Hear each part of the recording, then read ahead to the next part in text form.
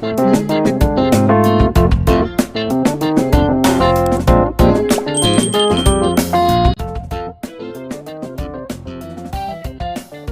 naglakad si James, nasa likod niya ang mga kamay niya.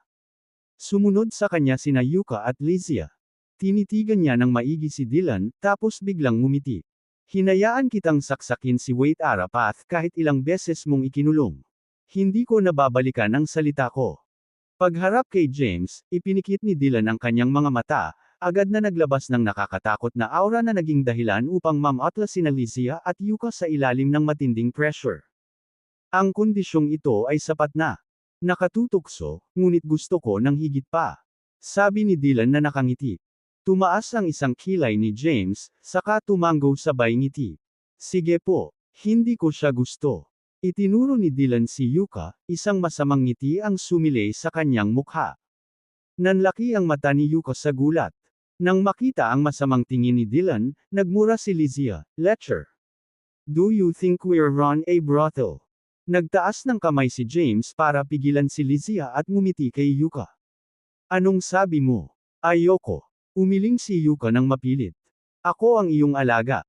Hinding-hindi kita iiwan. No one can have me. Paano kung pilitin kitang puntahan siya? Dumilim ang mukha ni James. Natigilan si Yuka, hindi makapaniwalang binitawan ang braso ni James. Master, ayaw mo na ba sa akin? Guru. Nag-aalala rin si Lizia. Kahit hindi ko siya nakakasama, ang ginagawa mo. He can't let her be a pet forever, bumantong hininga si James. She deserves a better future. Tumingin siya kay Dylan. Ngayon, ang pagkakataong ito ay nasa harapan natin. Paano natin ito mapapalampas? Master. Natarante si Yuka. Nagsumikap ako para makasama ka. How could you? May mga bagay akong maituturo sa iyo at mga bagay na hindi ko kayang ituro sa iyo ang hindi ko kaya, putol ni James kay Yuka. Tumigil ka na sa pagmamatigas at lumuhad ka sa amo mo. Nang marinig ito, parehong natigilan sina Yuka at Lizia. Hindi pala gusto ni Dylan si Yuka bilang partner. Gusto niya talaga siya bilang isang alagad. He might change my mind if you don't come over, sabi ni Dylan na ngumiti. Huwag mong isipin na madaling makapasok sa sekta ko. Hinahangaan ko ang iyong katapatan at lakas, kaya naman binibigyan kita ng pagkakataong ito. Naiinip na hinawakan ni James si Yuka at idiniin ito para lumuhad sa harap ni Dylan. Ayon sa tradisyon, kailangan mong lumuhad ng 3 beses at yumuko ng 9 na. Ilang beses upang makumplito ang pag-aaral. Matigas na sabi ni James. Bago pa makapag-react si Yuka, sumugod si Lizia at paulit-ulit na idiniin ang ulo niya sa lupa. Pagkatapos, ipinalakpak ni Lizia ang kanyang mga kamay at sinabing, sige, kumpleto na ang seremonya. Natarante si Yuka, ngunit ngumiti si Dylan bilang pagsang-ayon. Sa pamamagitan ng pagwagayway ng kanyang kamay, isang sapphire light sword ang lumutang sa harap ni Yuka. Ito ang aking personal na sandata. Ngayon ito ay isang regalo para sa aming unang pagkikita bilang master at alagad ang Talon Slayer Sword, Lizia exclaimed. Yuka, kunin mo dali. Isa itong banal na sandata, kasing lakas ng 9 treasures of nothingness. Maaari itong pumatay ng mga Diyos at demonyo, maihahambing kay Wuya Demon Slayer Sword ng ating Panginoon. Nag-alinlangan si Yuka, saka muling tumingin kay James. Damas, ano ang tinitingnan mo sa akin? Galit na sabi ni James. Ang pagbibigay sa iyo ni Sir Dylan ng kanyang personal na sandata ay nagbibigay na ikaw ay kanyang personal na alagad. Pasalamat siya dali. Master. Yuka pouted. 1-1 pa rin. Napabuntong hininga si James at pinaputukan ng isang sinag ng liwanag na sumunog sa kontrata ng alipin sa pagitan nila ni Yuka.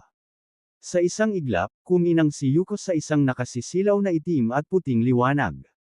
Nabawi niya ang kanyang kalayaan. Sige, matiyag ang sabi ni James. Simula ngayon, huwag mo akong tawaging master. We're best friends. Namula ang mukha ni Yuka.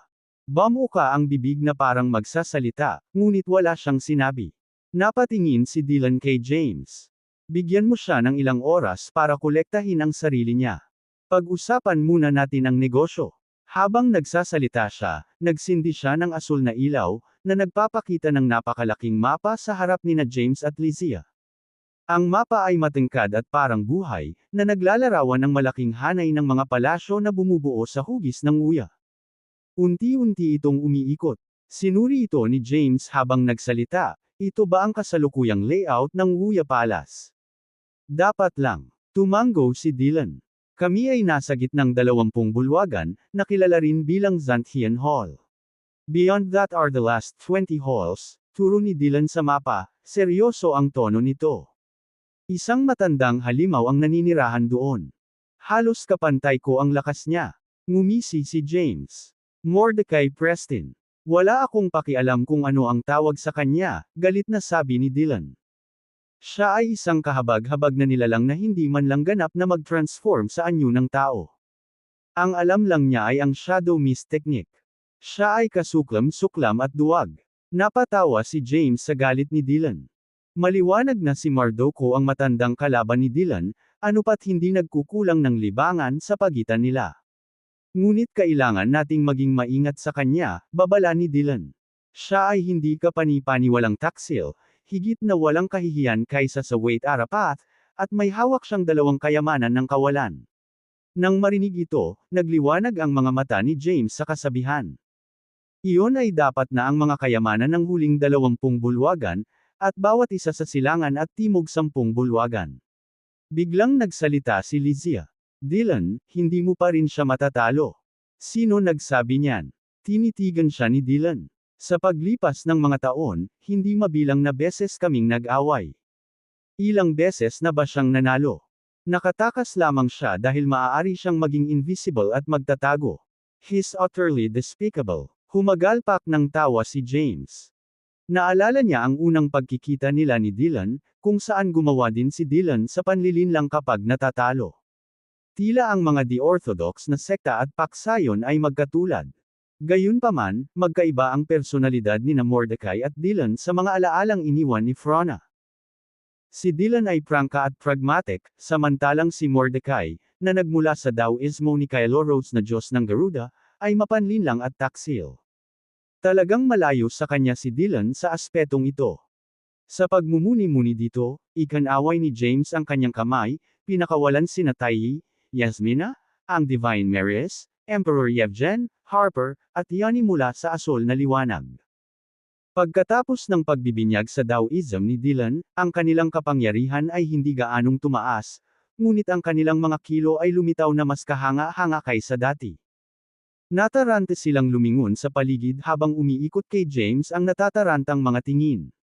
Sir Dylan, kumusta naman ang pagkuha ng iilan pang disipulo? Nakangiting mungkahi ni James. Nagulat si Dylan nang makita niya ang mga Diyos at powerhouse sa tabi ni James.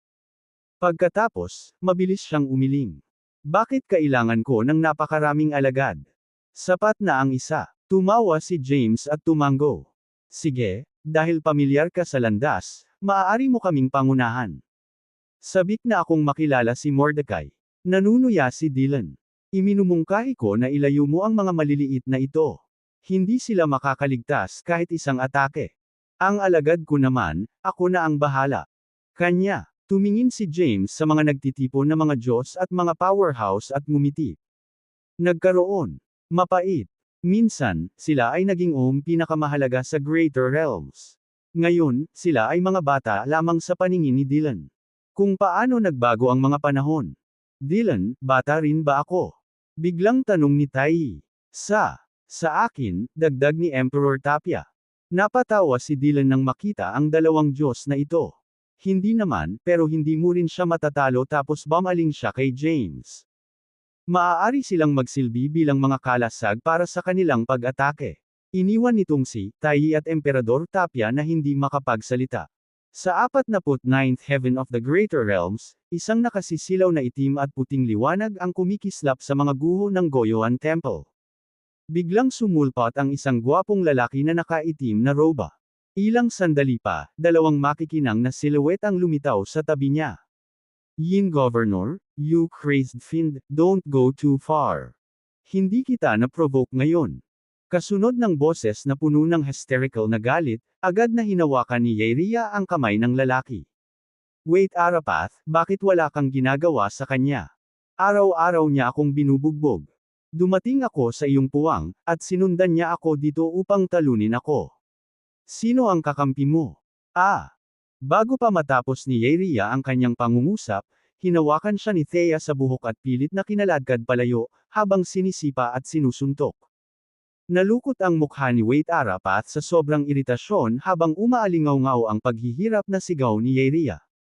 Mula nang mahuli ang gobernador ng Yin, naging mapayapa ang kanyang buhay. Ang gobernador ng Yin, kasama ang kanyang kahusayan sa Three Treasures Integration at ang Zender rank, ay walang humpay na tinalo si Yeria sa bawat pagkakataon, tinatrato siyang parang personal na punching bag. Ang mas nakakagalit, dinala ito ni Yeria sa kanyang sarili. Sa kabila ng kanyang mahinang kapangyarihan, hindi niya napigil ang pukawin ang gobernador ng Yin, na nagresulta sa araw-araw na pambubugbog at mga pinsalang tila hindi gumagaling. Ang kanyang cultivation base ay tumigil sa Soma Declan rank, na tila nakulong doon ng walang katiyakan. Pagkaraan ng ilang sandali, ang diwa ng kaluluwa ni Wait Arapath ay biglang tumusok sa kawalan. Sa pagdagsa ng Waltraud Power, isang napakatalino na portal ang naganap. Mula sa loob nito, isang bola ng enerhiya ang bumaril at tumama sa kanyang kamay. Sa loob, kumikinang ang mga aura ni James at ng iba pa, dahilan para magngangalit ang kanyang mga ngipin. Hindi umalis si Frona. Sumama siya kay James. Malaki talaga ang pag-asa ko kay James. Sa tingin mo ba si James lang ang makakaagaw sa evolved kong health realm? Napakayabang niyong nothingness gods. Pumalakpak siya gamit ang biglaang backhand. Binalot ng Waltraud Power si Thea, na binubugbog si Yeria, at pilit siyang kinaladkad. Hindi mo ba namimiss ang asawa mo? Malamig na tanong ng Soul Spirit ni Wait Arapath. Dadalhin kita sa kanya ngayon, at hindi lang sa kanya, kundi pati sa kalahati mo. Mas mabuting maging magalang ka sa akin. Wala pa ring balita sa kabilang kalahati ko. Nandidiri si Thea sa kaluluwang espiritu ni Wait Arapath, na nakahawak sa kanyang kwelyo. Hesitated at pinakawalan siya. Gusto mo bang bumalik sa dati mong tambayan? Napatingin si Thea sa kumpol ng liwanag sa kawalan. Malamang, busy ngayon doon. Sa palagay mo, ang isang kaluluwang espiritong tulad mo ay makakabawi. Naikuyom ng kaluluwa ni Wait Arapath ang kanyang mga kamao. Alam kong pinipigilan mo ang asawa mong agawin ang Wuya Palace at ang Path Designation Bid. Ito ay dapat na isang tukana na ginawa mo at ni Frona. Hayaan mong sabihin ko sa iyo, habang nasa iyo ang iyong mga plano, nasa akin ang akin. Sa tingin mo ba ay madaling makalusot ang Wuya Palace? Bumilis ang tibok ng puso ni Thea, kahit na nanatili siyang kalmado sa labas sa paghahayag. Tuso nga ang Wait Arapath. Alam na alam niya ang lahat. Dahil naglalaro sila ng isang bukas na laro, walang natitira upang itago. Naisip mo na ba kung bakit naglakas loob si Emperor Kadir na agawin ang iyong Wuya Palace? Wala ba siyang makapangyarihang taga-suporta? Backer. Tumawa ang kaluluwa ng Wait Arapath. Tayo lang ang backer niya. Siya ay isang tunay na tagapagtanggol. She would never. Biglang nagbago ang ekspresyon niya. Ang ibig mo bang sabihin ay sinusuportahan siya ng isang nothingness god? You don't need to rush, nakangiting sabi ni Thea. Ang pagbabalik mo sa Soremsia ay hindi maiiwasan. Ano ang malaking bagay kung kukunin nila ang Wuya Palace at ang Path Designation Bid? Hindi mo naiintindihan. Dumagundong ang kaluluwa ng Wait Arapath. Kung ang isang nothingness god ay papasok sa palasyo, hindi lamang ang iyong asawa ang mamamatay, ngunit ang buong health realm ay mawawasak. Huminga ng malalim, nagpatuloy siya, Yin Governor, alam kong magkaaway tayo sa huli, ngunit kung dumating ang isang nothingness god, isa kami sa health realm. You should understand the gravity of this.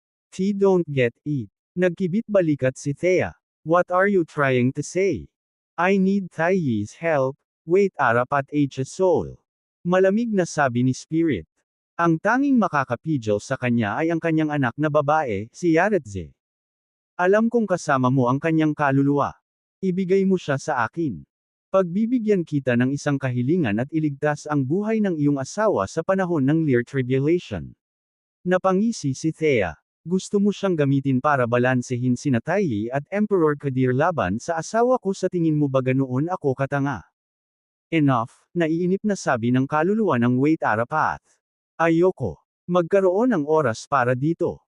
Mauunawaan mo ang sitwasyon kapag nakarating na tayo sa Wuya Palace. Niyan, binalot niya sina Thea at Yaeria ng Waltraud power at sumugod sa portal. Sa sandaling iyon, isang masasamang larawan ang kumikislap sa kawalan. A nothingness god has entered Wuya Palasyo. Basahin. Makakabalik ako sa dati kong kaluwalhatian kung lalamunan ko sila. Ang after image ay tumawa ng baliw bago nag-transform sa isang purplish red light at dumula sa portal bago ito sumara. Sa isang ugong, ang portal ay nagsara, at ang mundo ay bumalik sa katahimikan. Sa huling 20 bulwagan ng Wuya Palace, walang mga ilusyon, halimaw, pormasayon, kapigatian, o paghihigpit. Sa halip, ito ay isang tahimik na lugar na may mga luntiang bundok, malinaw na tubig, mga dance pavilion, terrace, tore, at magkakaugnay na mga palasyo. Sa ilalim ng patnubay ni Dylan, dumating si James at ang kanyang mga kasama sa pinakamalaki at pinakakahanga-hangang palasyo. Huminga ng malalim si James habang nakatitig sa 4 na malalaking karakter sa itaas ng pintuan ng palasyo, na nakasulat sa seal script. Anong malalakas na brushstroke, engrandi at puno ng malalim na mistisismo. Ang bawat karakter at stroke ay naglalaman ng napakalaking mga pagkakataon. Pagkatapos ay bumaling siya kina Harper at Yanni. Harper, Master, nakikita mo ba ang mga nakatagong misteryo? Nagpalitan ng tingin sina Harper at Yanni at sabay na tumango. Sige kung gusto mong lansagin, nakangiting sabi ni James. Sa iyong insight, maaari kang lumikha ng isang bagong hanay ng supernatural powers at mga pamamaraan ng paglilinang na nagbibigay liwanag sa napakaraming mundo. Walang pag-aalinlangan, sina Yanni at Harper ay nagbagong anyo sa mga sinag ng liwanag, na hinati ang malaking plaka sa dalawa at mabilis na nakolekta ito.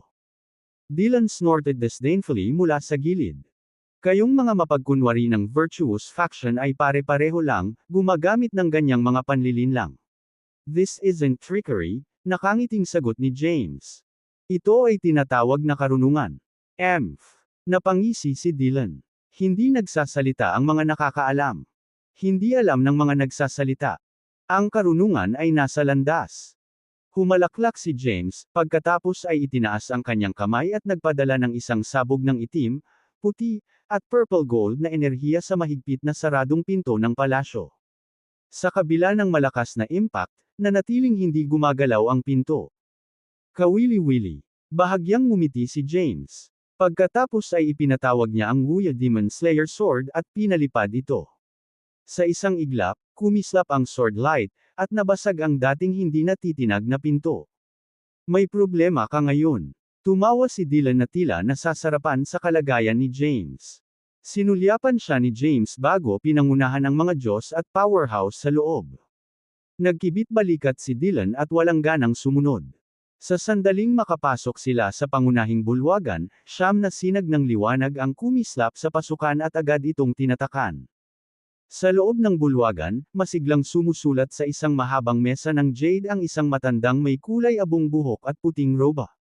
Hinawakan niya ang kanyang brush sa isang black and white scroll, bawat hagod ay nagpapakawala ng hindi mabilang na anino na mga figure. Ang silid ay puno ng kumikislap na mga espada, dumadagandong na kidlat, at isang napakatinding aura ng takot. Lumawak ang mga alon ng enerhiya at naapektuhan ang lahat. Ang mga super powerhouse tulad nina James, Dylan, Taiyi, at Emperor Tapia ay nanatiling kalmado sa gitna ng kaguluhan. Gayunpaman, ang Divine Marius, Emperor Yevgen, Harper, at Yanni ay nabasag ang kanilang mga pananggalang na kalasag at itinapon pabalik ng sunod-sunod na mga alon ng enerhiya. Nang hindi lumingon, binalot ni James ang itinapon na mga powerhouse ng itim, puti, at lila gintong enerhiya. Ang bilis magsulat ng matanda. Nadagdagan, lumilikha ng pakopya walang katapusan. Stream ng after images na sweep sa hall tulad ng isang tidal wave. Boom! Boom! Boom! Boom! Ang bulwagan ay umalingaw sa mga sakuna na pagsabog. Ginamit ni Taiyi at Emperor Tapia ang kanilang mga black and white cast upang protektahan ang kanilang mga sarili na lumulutang na nakakros ang paa sa himpapawid, ang kanilang mga katawan ay nagliliwanag ng banal na liwanag. Si Dylan ay may hawak na longsword, na dalubhasang nagpapalihis sa umaatakeng mga after images. Panay ang lakad ni James patungo sa Jade Table, gumagalaw sa umiikot na mga anino at nakakatakot na mga alon ng enerhiya na may kalmadong kalmado. Nakuha ni Zereus ang 10 kabanalan. Ang 9 na kabanalan ay ang kawalang kailangang mga Diyos. Kapag nagtagpo ang Taoism sa isa, ipinanganak ang Health Realm. Bakit ginagalang ng 5 dakilang puwersa ang dakilang daan, na tinatanggap ang ideya ng isang walang katapusan at orihinal na teorya? Sa paglikha ng Zymergy ng napakaraming kaharian, bakit napakaraming hindi kinaugalian na mga paniniwala sa paligid ko? Matapos bigkasan ng mga salitang ito, biglang itinaas ng matandang nakasuot ng puting roba ang kanyang ulo, ang buong katawan ay sumasabog na may maringal at nakakatakot na aura. Kaagad, mabilis na kumalat ang mabangis na hangin, kidlat, kulog, at sword light, ang kanilang kapangyarihan ay tumataas ng hindi mabilang na beses kumpara sa dati. Gayunpaman, ang mga supernatural na kapangyarihang ito ay tila naharang ng isang hindi nakikita, malinaw na puwersa at mabilis na nawala nang makalapit kay James. Lafayette Zelig, ikaw anak ng aso. Nagmura si Dylan habang pinalalakas niya ang kanyang espada para harangin ang nagwawalis na kidlat at sword light. Ganito ba ang pakikitungo mo sa mga bisita? Sa pagbagsak ng kanyang mga salita, si Taiyi at Emperor Tapia, na nababalot ng black and white gas sa kawalan, ay nagpakawala din ng kanilang pinakamalakas na supernatural powers. Gayunpaman, nahirapan silang lumaban sa ilalim ng walang tigil na pagdagsa ng marahas na kapangyarihan. Mabilis na umikot ang kanilang gas, sa bingit ng pagbagsak. Nang makita ito, itinaas ni James ang kanyang kamay, gumuhit ng brush mula sa mahabang jade table papunta sa kanyang pagkakahawak. May layunin, sumulat siya ng isang malaking karakter sa scroll na ginagawa ng matandang nakasuot ng puti. Agad namang nanginig ang matanda na nagtatakang nakatingin kay James. Agad ding hamina ang marahas na enerhiya sa paligid. Ilang saglit pa, galit na galit niyang pinandilatan si James. Sinira mo ang aking tanda at sinira ang aking tarangkahan, anong karapatan mong isulat ang karakter na ito? Nanatiling tahimik si James at nagsulat ng isa pang karakter sa scroll, pagkatapos ay gumuhit ng malaking krus sa ibabaw nito na may 2 stroke. Biglang, isang malawak at walang hangganang itim, puti, at purple gold na enerhiya ang mabilis na kumalat mula sa kanyang katawan, nakitang-kitang dinaig ang nakakatakot na aura ng matanda at naging sanhi ng pagbagsak ng kidlat, kulog, at sword light sa main hall. Napaatras ng 2 hakbang, nagtatakang tumitig ang matanda kay James, kumikinang ang katawan nito sa kakaibang liwanag. Ngumiti lang si James sa kanya. Sinasabi mo bang walang path, o mali ang path? Tanong ng matanda. Ay interpret mo ito kahit anong gusto mo. Nagkibit balikat si James. Anyway, ngayong nandito na ako, dapat sa akin lahat ng nandito, pati ikaw. Sa mga salitang ito, humagalpak ng malakas na tawa ang matanda. Ang yabang mo, brat. Sa tingin mo, ang pag-abot sa 3 treasures integration at 5 spirits integration ay talagang hindi ka magagapi sa health realm. Habang nagsasalita siya, pinitik niya ang kanyang mga palad at mabangis na itinulak pasulong, nagpadala ng 2 kakaibang ilaw ng diretso kay James. Sa sandaling iyon, mabilis na kumilos si James, nag-iwan ng isang after image habang tinatapakan niya ang 2 kakaibang ilaw at humarap sa matanda. Natigilan ang matanda. Nang malapit na siyang mag-counter-attack, mabilis na nagsagawa ng 2 aerial kick si James, na nagpalipad sa kanya ng may malakas na kalabog. Nabasag ng matanda ang 12-dosenang mga haligi bago nawala sa isang kisap mata. Brat, naglalaro siyang patay. Sabi ni Dylan. Napakawalan diyan ng mga di-orthodox na sekta. Kulang ang kanilang lakas, gayunpaman pinipilit nilang magpanggap na mga Diyos bilang kanya. Words fell biglang sinipa si Dylan. Oh! Lumilipad na may kalabog. Ang matandang lalaki sa. Muling lumitaw ang puting robe sa lugar. Kung saan naroon si Dylan. Talking nonsense and ruining my reputation, you deserve. A beating James turned to look at him, a devilish smile on his face. That's a good move. Ikaw ba mismo ang nakaisip nito? Brat, you are really formidable, malamig na sabi ng matanda. Gayunpaman, ang mga di-orthodox na sekta ay hindi kasing gulo ng orthodox. Mga paksayon. Kahit wait Arapath ay hindi ako mapapasa, let alone you bastard can you go easy biglang nanggaling ang boses ni Dylan mula sa malayo. Patapusin mo siya, brat. No need to waste words with him. Humalaklak si James at tinitigan ang matanda. Ano ang balak mong gawin? Ngumuso si Mordecai at itinuro ang kawalan. Sa isang kislap ng liwanag, isang napakalaking chessboard ang lumitaw. Nang makita ito, mabilis na lumipad sina Taiyi at Emperor Tapia sa tabi ni James. Mag-ingat ka, may gagawin siya, babala ni Taiyi. Oo, iba si Mordecai kay Dylan. Siya ay napakataksil, mahinang dagdag ni Emperor Tapia. Madalas siyang may mga paraan upang patayin ang mga Diyos nang hindi nakikita. Mahina hong ngumiti si James at nagtanong, Sir Mordecai, gusto mo bang makipaglaro sa akin? Si Mordecai ay tumawa ng masama. Ang langit bilang chessboard, mga bituin bilang mga piraso. Ikaw at ako ang magiging laro mismo. How about a wager? Tumaas ang isang kilay ni James. Gusto ko ng sugal. Ano ang tulus? Iniunat ni Mordecai ang isang kamay, na nagpapakita ng kumikinang na panulat at isang balumbon na nagniningning ng itim at puting liwanag. Ito ang mga kayamanan ng huling 20 bulwagan ng Wuya Palace, gayon din ang bawat isa sa 10 bulwagan sa silangan at kanluran. Hindi ba yan ang dahilan kung bakit ka naririto? Sa mga salitang ito, mabilis na tumingin kay James sina Taiyi at Emperor Tapia, ang kanilang mga ekspresyon ay tense. Brat, kunin mo na lang sila dahil kumpirmadong kasama niya ang mga kayamanan, sabi ni Dylan. Pagkatapos, nag-transform siya sa isang sinag ng liwanag at sinumpa si Mordecai. Gayunpaman, nawala si Mordecai sa isang kisap mata, na naging sanhi ng hindi nakuha ni Dylan ang kanyang marka. Galit na nagmura si Dylan, damn old monster, lumabas ka at lumaban. Walang sumagot, at natahimik ang main hall.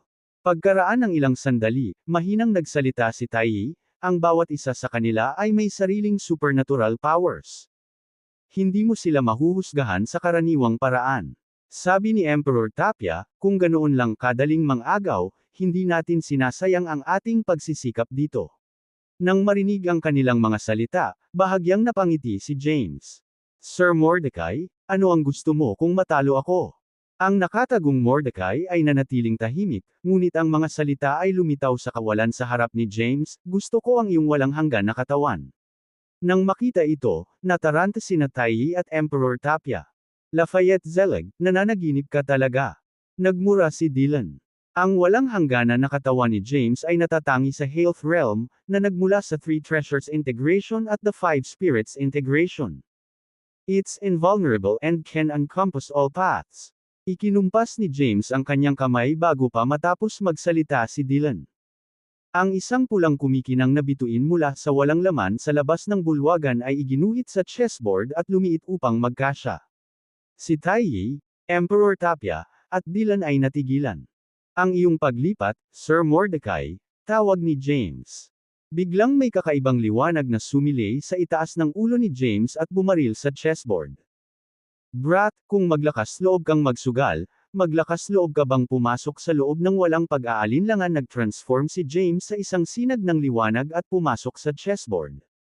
Agad na nagbago ang eksena mula sa ang pangunahing bulwagan sa isang malawak na walang hanggan mabituan na kalangitan kasama si James na sinasakop ang isang universo ng mag-isa. Hindi mabilang na mga bituin ang nakaguhit sa kalangitan, nag-iiwan ng mahabang buntot, na lumilikha ng isang kamanghamanghang tanawin. Sa kanyang harapan, isang napakalaking black hole ang biglang umikot patayo na may daan-daang sinag ng liwanag na kumikislap dito, na bumubuo ng isang umiikot na pabilog na chessboard. Sa pisara, isang pula at puting bituin ang dahan-daang umiikot at naglabas ng nakasisilaw na kinang. Brat, you have guts. Naglakas loob ka talagang sumali sa laro. Mukhang minamaliit kita. Biglang lumitaw si Mordecai na nakasuot ng puting damit sa kabilang panig ng napakalaking chessboard. Kasabay ng pagwagayway ng kanyang kamay, hindi mabilang na mga umiikot na bituin at planeta sa kanyang likuran ang sumugod kay James. Sa isang serye ng malulutong na tunog, maraming bituin at planeta ang naglaslas kay James, na iniwang natatakpan ng makapal na dugong sugat ang kanyang katawan. Galit na galit si James sa mga underhanded tactics. Inilapat niya ang kanyang mga braso, nagpakawala siya ng nakakatakot at nakasisilaw na enerhiya ng itim, puti, lila, at ginto, na bumubuo ng napakalaking puyo ng tubig na nagpatigil sa umiikot na mga bituin sa paligid niya. Buksan. Biglang sumigaw si Mordecai. Ang mga bituin, na pinigilan ni James, ay naging kulay pilak puting mga piraso ng chess, nahulog sa malaking chessboard at bumubuo ng tatlong napakalaking, parang buhay na puting dragon. Ang kanilang aura ay nakakatakot, na sinamahan ng pag-ungol ng dragon, na parang maaari silang tumalon sa board anumang oras, na nagdadala ng napakalaking pagkawasak. Hahaha. Tinuwanan ni Mordecai si James. Brat, nakalimutan kong sabihin sa'yo. Invincible ako sa Zereus chessboard. Hindi mahalaga kung mayroon kang 3 treasures integration, ang 5 spirits integration, ang limitless body, o ang ultimate serenity, kailangan mong yumuko dito. Hindi ko talaga inaasahan. Kahit na sina Wade Arapath at Dylan ay hindi naglakas loob na pumasok sa Zereus chessboard, ngunit naglakas loob kang pumasok. Tunay ngang mas tanga ka kaysa kay Dylan. Sa pagturo kay James, nagpatuloy si Mordecai, James Caden, tama ba? Kukunin ko ang walang hanggan mong katawan para sa sarili ko. Habang nagsasalita siya, ang tatlong malalaking puting dragon sa chessboard ay umungal ng mabangis at diretsyong sumugod kay James. Sa kanyang pagtataka, hindi umiwas o gumalaw si James. Binalot siya ng mga dragon at agad siyang nilamon ng buo. Si Mordecai, na handa para sa isang matinding labanan, ay biglang natigilan. Hindi siya makapaniwala na si James, isang master ng limitless body at ang ultimate serenity, ay nahulog ng napakabilis, hindi man lang tumagal ng 100 galaw. May hindi tama. Napakunot ng noo si Mordecai. Maging si Dylan ay kusang loob na naging tagasunod niya. Hindi siya maaaring maging ganoong kaina. Habang nagsasalita siya, nagpadala siya ng isa pang nakakatakot na sinag ng liwanag patungo sa magkakaugnay na mga puting dragon, na ginawang mas marahas at mas mabilis ang kanilang mga galaw. Sa kabila nito, hindi niya naramdaman ang anumang bakas ni James. Aura, na parabang hindi siya pumasok sa laro. Ang hindi inaasahang tagumpay na ito ay hindi nagdulot ng anumang kagalakan kay Mordecai. Sa halip, nakaramdam siya ng hindi pa nagagawang pakiramdam ng pagkabalisa. Nakakuyom ang kanyang mga kamao, maingat siyang tumingin sa paligid, namumuo ang takot sa kanyang kalooban. Maya-maya, isang nagninangas na pulang bituin ang biglang lumipad mula sa kanyang harapan at sumugod sa kanya sa hindi kapani-paniwalang bilis. Nang malapit na niya itong hampasin, ang bituin ay nag-transform sa isang nagninangas na pulang piraso ng chess at dumapo sa napakalaking chessboard. Ano ito? Malaki ang pagbabago ng mukha ni Mordecai, ang kanyang mga nerbiyos ay umabot sa limitasyon. Sa susunod na sandali, parami ng parami ang nagninangas na pulang bituin na lumipad mula sa lahat ng direksyon. Nag-transform sila sa mga piraso ng chess at dumapo sa pisara, na bumubuo ng kakaibang pagkubkob. Kasunod nito, ang pagkubkob. Napapalibutan ng itim, puti, lila. At ang gintong enerhiya ay mabilis na nakakonekta sa isang linya, na naglalabas ng hindi kapani-paniwalang giyo.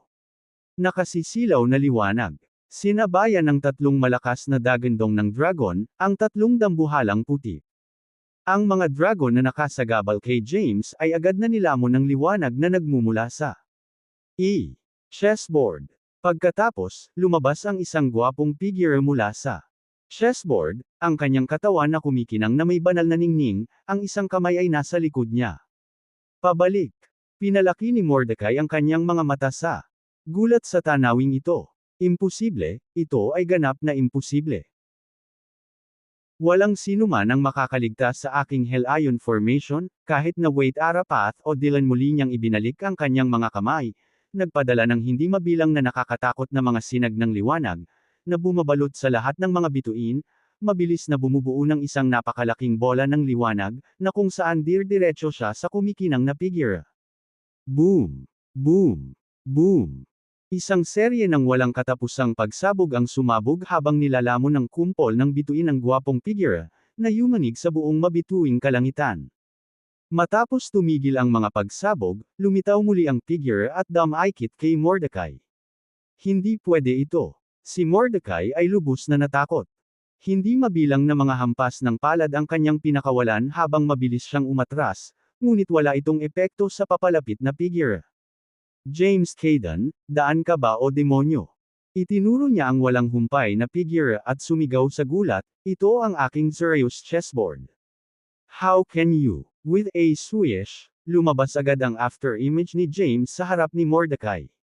Habang sinusubukan niyang tumalikod at tumakas, hinawakan siya ni James sa buhok at hinayla siya pabalik. Sir Mordecai, natalo ka. Natisod si Mordecai at nahulog sa kawalan, nakahiga roon at tumangala sa matayog na Santiago. Siya ay natakot sa labas ng kanyang talino. Ang presensya ng binatang ito ay sumire sa kanyang pangunawa sa Taoism, na naghatid ng isang nakakadurog na dagok. Sa isang sigaw, si Mardoko ay nagmamadaling tumayo. Paano mo nagawa? Ibigay mo muna ang taya. Marami tayong oras para mag-usap. Inilahad ni James ang kanyang kamay kay Mordecai. Sa matalim na titig ni James, nag-atubili siyang nag-abot ng panulat at scroll. Kinuha sila ni James at pinagmasdang mabuti. Ang panulat ay kumikinang ng napakatalino, puno ng makapangyarihang Waltraud power, na tila may kakayahang kontrolin ang buong Health Realm. Ang balumbon, na nagniningning ng itim at puting liwanag, ay umugang ng mahina, halos buhay, at naglabas ng himpapawid ng misteryo. Pinagsisisihan ni Mordecai ang mga bagay na nasa kamay ni James. Ito ang Nothingness Neon Pen at ang Zirconia Path Scroll. No need to explain, I know, putol ni James. Ang Nothingness Neon Pen na sinamahan ng Zirconia Path Scroll ay maaaring muling isulat ang kapalaran, buhay, kamatayan, kapalaran, at kapigatian ng sinumang banal na nilalang sa Health Realm. Natigilan si Mordecai. Alam mo rin yun. Kinuha ni James ang Nothingness Neon Pen at isinulat ang pangalang Quattro sa Zirconia Path Scroll, pagkatapos ay nag-embed dito ng isang mahalagang inskripsyon ng Quattro. Agad na kumislap ang isang lilang gintong liwanag, at ang imahe ni Quattro, kasama ang ulo ng baboy at katawan ng tao, ay lumitaw sa kawalan. Sa tabi nito, lumitaw ang ilang linya ng teksto, na nagdedetalye sa kasalukuyang cultivation base ng Quattro, kapalaran, kapalaran, at kapigatian. Nang makita ito, napabulala si James. Pagkalipas ng lahat ng mga taon na ito, ang pigi na ito ay hindi nagpakita ng labis na pag-unlad sa paglilinang at lakas. Kailangan niya ng kaunting pressure. Pagkatapos ay ginamit niya ang panulat para baguhin ang cultivation base, kapalaran, kapalaran, at kapigatian ni Quattro. Sa pamamagitan ng isang pagwagayway ng kanyang kamay, ang imahe ni Quattro sa kawalan ay nagbago sa isang sinag ng liwanag at bumaril sa mundo ng chessboard. Nawala siya ng walang bakas. Nang masaksihan ito, nagulat si Mordecai. Talagang alam mo kung paano gamitin ang mga kataas-taasang kayamanan na ito, at hinahawakan mo ang mga ito ng napakadali. Isa ka bang reincarnation ng Wait Ara Soremsia? Itinabi ni James ang panulat at nag-scroll. Nakangiting sabi niya, sino ang pinapagalitan mo? Ikaw ang reincarnation ng Wait Ara Soremsia. Buong pamilya mo. Nagulat si Mordecai. Ngunit napanalunan mo ang mga kayamanang ito nang wala. How could you possibly have such power? Lumingon si James at pinagmasdan ang paligid. Ang Xereus chessboard ay kahanga-hanga. From now on, it's mine, including you. Habang nagsasalita siya, winagiwi niya ang kamay niya. Ang malawak na mabituing kalangitan ay umaalon, at ang eksena ay nagbago. Siya at si Mordecai ay nagpakita sa pangunahing bulwagan. Sa isang kislap ng liwanag, ang nakasisilaw na chessboard sa kawalan ay agad na nahulog sa kanyang mga kamay. Hindi pwede. Natarante si Mordecai. Akin na yan. How can you? Yours. Inabot ni James ang chessboard kay Mordecai. Tawagan mo ito at tingnan kung tumugon ito sa iyo. Namula ang mukha ni Mordecai. Nagmamadali siyang gumawa ng spell, nagbuga ng nakakatakot na liwanag na tumama sa chessboard, ngunit walang reaksyon. Ito ay imposible. Ito ay hindi totoo. Sigaw ni Mordecai ng desperado. Hindi mo makokontrol ang Xereus chessboard ko. Ito ay tiyak na isang ilusyon.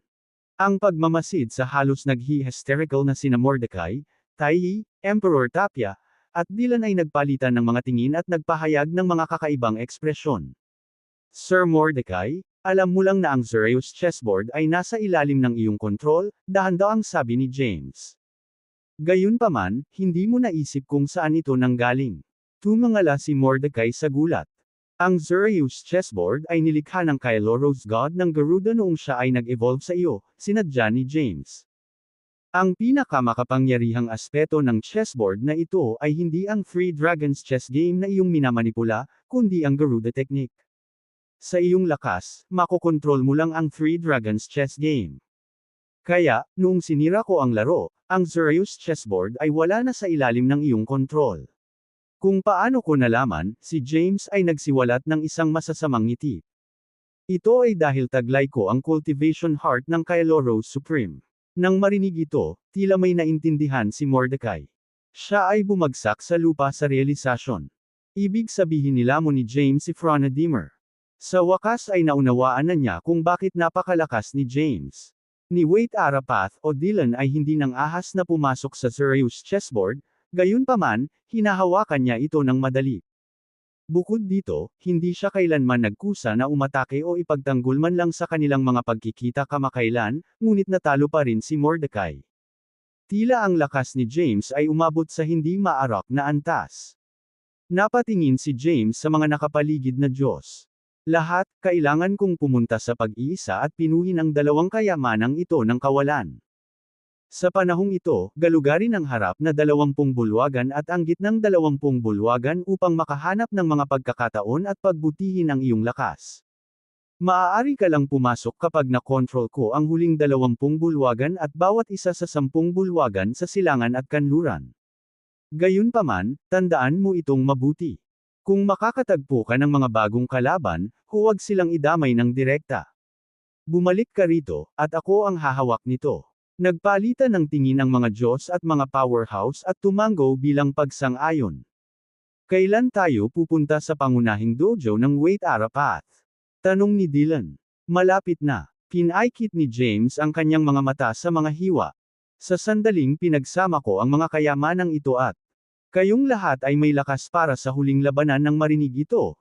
Ibinuko ng mga Diyos ang kanilang mga bibig ngunit pinigilan ang kanilang mga salita. If you're growing impatient, the three Kailoros gods must be even more so, nakangiting sabi ni James.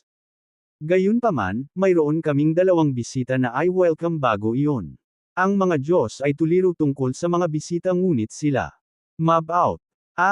Nagpa siya na huwag istorbohin si James at nagkalat, nanunood habang siya ay nakaupo. Cross-legged sa kawalan. Guro, sino pa ang lalabas sa kaluluwa ng Wait Arapath? Tanong ni Lizzie kay James sa pamamagitan ng voice transmission. Dahan-daang iminulat ni James ang kanyang mga mata at mahinahong sumagot, yung mga dati mong kaibigan, pero hindi ko matukoy kung kaibigan o kalaban sila. Natigilan si Lizzie at agad na lumabas sa espasyo ni James. Nakatitig kay James, nag-isip siya ng matagal ngunit hindi pa rin niya moari. Biglang ikanaway ni James ang kanyang kamay, at 3 soul energy ball, na kumikinang na may purple gold light, ang lumabas sa kanyang katawan at lumutang sa harap ni Lizzie. Ito ang mga kaluluwa ni Wesley, Taichu, at Zabat, na pabuntong hininga si James. Isinalaysay nila ang kanilang buhay upang iligtas ako nang mahulog ako sa kadiliman. Sila ay tunay na maaasahan at mapagkakatiwalaang mga kaibigan. Natigilan si Lizzie. Master, ikaw. Ipinagkatiwala ko sila sa iyo sa ngayon, dahan-daang sabi ni James. Masyado silang nagsakripisyo at hindi na dapat magdusa pa. Dadalhin mo sila, kasama si Yuka, at aalis sa Wuya Palace. Bumalik ka sa Great Historial Land at huwag kang magtagal sa Zymergy. Habang nagsasalita siya, bahagyang dumilat si James. Ang pag-alis ngayon ay dapat ang pinakaligtas na oras dahil lahat ng mga powerhouse at Diyos na maaaring magbanta sa iyo ay nasa Wuya Palace na. Nagulat si Lizzie. Master, pinapaalis mo ako sa mahalagang sandali na ito. You must go, mariing sabi ni James. Ang mga nabubuhay na nilalang sa napakaraming kaharian at ang mga kapatid ng dakilang lupang pangkasaysayan ay nangangailangan sa iyo. Tanging sa pamamagitan lamang ng pagtitiwala sa kanila sa iyo ay tunay akong magiging kalmado. Ang mga salitang ito ay tila isang huling poem, na nagparamdam kay Lizzie ng isang hindi pa nagagawang pakiramdam ng krisis. Iniisip niya kung si James ay walang tiwala sa pag-agaw sa Wuya Palace at sa path designation bid. Kung talagang iniisip niya, ang labanan na ito ay tiyak na mapapahamak. Sa pag-iisip nito, biglang itinaas ni Lizzie ang kanyang ulo. Master, nakalimutan mo na ba ang ating sumpa? Now is not the time for impulsiveness. Mahinahong sabi ni James. Lizzie, tandaan mo, hindi ka nalang Soremsia ng Kailoro Supreme, kundi isang nasa salat na nilalang naganap na kayang kontrolin ang sarili niyang kapalaran. At saka, hindi na ikaw ang pangalawang katawan ko, pero konektado ka pa rin sa akin sa puso't kaluluwa. Naging balisa si Lizzie. Then we should. Nag-wave ng kamay si James at bumantong hininga. Makinig ka muna. Bakas sa magandang mukha ni Lizzie ang tensyon. Dahan-daang nagsalita si James. Dapat ay diretso ang laban para sa Wuya Palace. Inaasahan namin noong una na si Emperor Kadir lang ang makakaharap namin, at mayroon akong 70% pagkakataong manalo. Ngunit ngayon, ang tatlong Kailoros Gods of Nothingness ay nakialam, at ang diwa ng kaluluwa ng Wait Arapath ay humahawak sa aking asawa na hostage. Lahat ng kanilang mga pag-atake ay itutuon sa akin. Kung ito ay Xanadu Realm o Health Realm, lahat ng mga Diyos ay nagtipon. Ito ay magiging isang labanan upang matukoy ang kapalaran ng Health Realm at ang kapalaran namin ng aking asawa. Kung kontrolin natin ang ating kapalaran o napapailalim sa iba ay dapat pagpasyahan sa epikong labanang ito. Gayunpaman, laban sa gayong makapangyarihang mga kaaway, maaaring hindi ko matalo. Sila kahit na may tatlong kayamanan na walang pagsasama, ang 5 espiritu na pagsasama, ang walang hanggan na katawan, at ang ultimate serenity. 1/3. Sa kritikal na sandali na ito, kung maaari mong bantayan ang mga buhay na nilalang ng napakaraming kaharian at ang dakilang makasaysayang lupain sa tulong ng Taichu at si Silver, si Wesley ang namamagitan, at sa tulong ni Nawegor, Lady Herodias, Truat, at Rebella, kaya kung labanan ang mga kalaban ng walang anumang pag-aalala. Pagkarinig nito, napabuntong hininga si Lizzie. Guru, tandaan, seryosong sabi ni James, pagbalik mo sa dakila. Makasaysayang lupain, ang unang prioridad ay ang patibayin ang espiritual na providence. Pagkatapos, gamitin ang lahat ng mga mapagkukunan upang bumuo ng iyong Nothingness Formation, tinitiyak na ang napakaraming kaharian at ang Great Historical Land ay hindi maaapektuhan ng digmaan sa Zymergy. Kumaway si James sa kanya. Kamay muli, at isang espiritual. Pumasok si Providence Pearl sa katawan ni Lizzie. Nang inag ang katawan ni Lizzie at agad na nagliwanag sa nakakasilaw na liwanag. Lumakas ang kanyang lakas. Ipagkatiwala ko ang perlas ng espiritual na providence sa iyo. Ikaw ang magiging Divine Emperor sa napakaraming kaharian, na may kakayahang pakilusan ang lahat ng mapagkukunan at kapangyarihan. Sa pagtingin sa sarili, hindi nakaramdam ng saya si Lizzie. Tanging kalungkutan ang naroon. Ipinagkatiwala ni James kahit ang espiritual na providence sa kanya, malinaw na naghahanda para sa kanyang katapusan. Iniisip niya kung may kapos palad siyang kinakaharap. Yan. Imposible yun. Nakamit ni Master ang 3 Treasures Integration, ang 5 Spirits Integration, ang walang hanggan na katawan, at ang Ultimate Serenity.